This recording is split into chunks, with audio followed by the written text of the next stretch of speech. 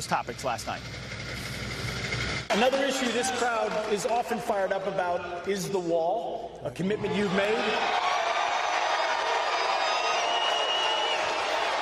Washington hasn't been so good at that. There's another budget showdown coming up.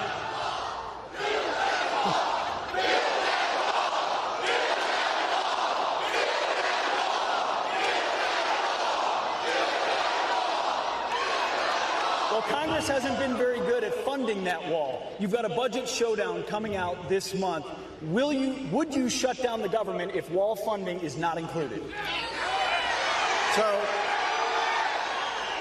So we've started the wall. We've spent now close to $3.2 billion. We're in different parts of California. We're doing an 80-mile strip, but we are looking to get the rest of the funding. Here's the thing. I have a lot of great Republicans. We need Republicans elected in the midterms. We have to get Republicans. And we are getting the wall done, but I've had so many people, good people, great people, they'd rather not do it before. They'd rather do it right after the election. They don't want to do anything to upset the apple cart. And my inclination, if it was up to me, I'd shut down government over border security in a second. And I guess when you get right down to it is up to me. But I don't want to do anything that's going to hurt us or potentially hurt us, because I have a feeling that the Republicans are going to do very well. We have the strongest economy we've ever had. I think we're going to do really well in the midterms between the tax cuts and all of the other things we've done. So most likely I will not do that, but we're going to do it immediately after the election. I have the commitment from Mitch McConnell, from Paul Ryan, from everybody. We do it right after the election, where hopefully, frankly, it'll be easy because we'll have more Republicans, not less. We're doing very well in the Senate. And I think we're doing really very well in the House, but we'll see how it comes out. It'll be an exciting day, I can tell you that. Nothing will be as exciting as our day almost 2 years ago. Can you imagine? That's true. Almost 2 years. So we're going to get the wall. We've already started the wall, and we'll continue onward. Mr. President, tonight is the first NFL game. They don't have as many viewers as they used to have. But from Colin Kaepernick to the NFL to now Nike, who's going to win this cultural showdown of standing for the anthem? We are. I don't know what the NFL is doing. Honestly, I don't know what the NFL is doing. From what I understand, it's in contracts that you have to stand for the national anthem. In fact, they have somewhere it says you will stand, you will have the helmet on the ground and the hand on the heart. That's what it says. I don't know why they're not enforcing it.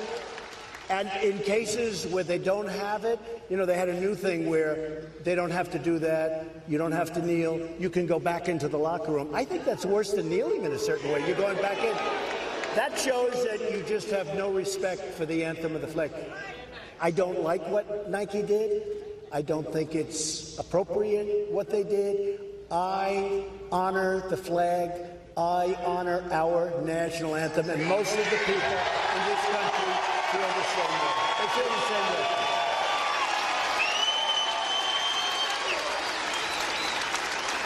One more quick question back to Washington. Rudy Giuliani just told the AP that you will not be answering any questions written or in person to the so-called special counsel. Can you confirm that? Look, there was no collusion.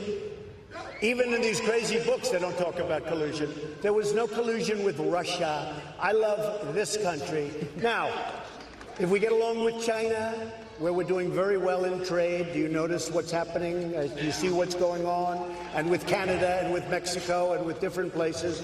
But if we get along with China, if we get along with Russia, if we get along, just a little while ago, a very nice statement came out from North Korea. You probably saw that. By the way, you won't read that in the papers, because when it's nice, they don't put it in. Kim Jong-un said very nice things. He said, we want to get denuclearization during the Trump administration. It just came out a little while ago. Nice, very nice. And I hope you heard what I said, because you don't read that in the fake news media. You just don't. I mean, they don't want to write that. They only want to write bad when it comes to us, and it's a shame. The level of unfairness and bias in the press is actually incredible. But in the meantime, we're winning, folks. Be happy, because we're winning. We're winning. Steve, as you mentioned, a lot of national topics, but it all came back to that Senate race here in Montana. So my last question for the president was about Jon Tester, his treatment of Ronnie Jackson, and whether or not he really focuses on the VA. Listen. Last question. You're here in Montana for a reason. I have a feeling you would like to get rid of one Jon Tester and replace him with somebody else.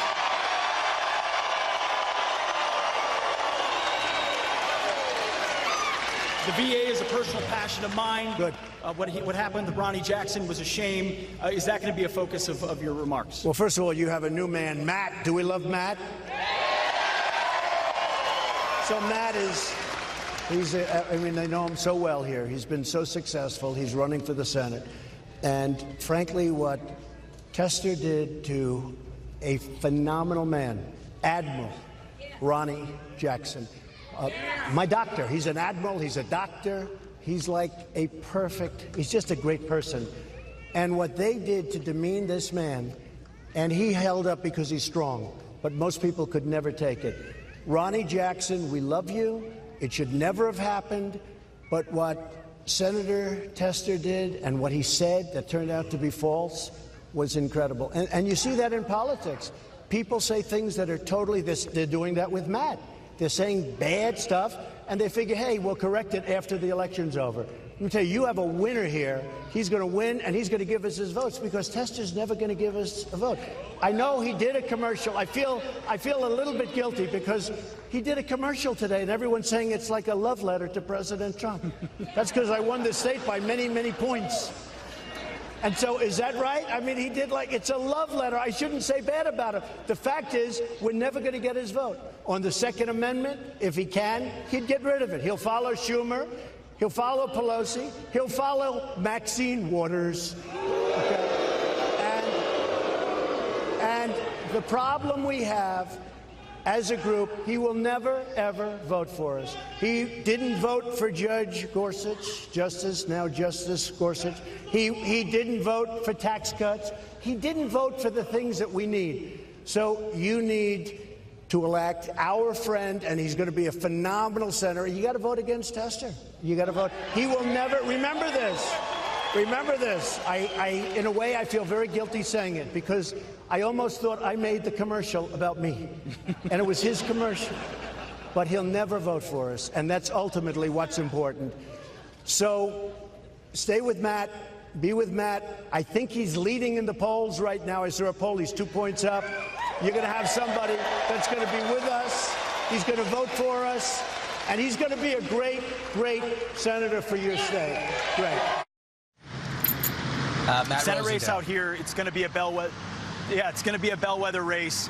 Both sides think they can win it. Trump, of course, carried the state by 20 points. And Tester is running ads, making it look like he's been an ally of Trump as well. So yeah, well, he voted against Neil Gorsuch, and he has not yet met with Brett Kavanaugh. I wonder if they're going to run that ad. All right, Pete, good work out there.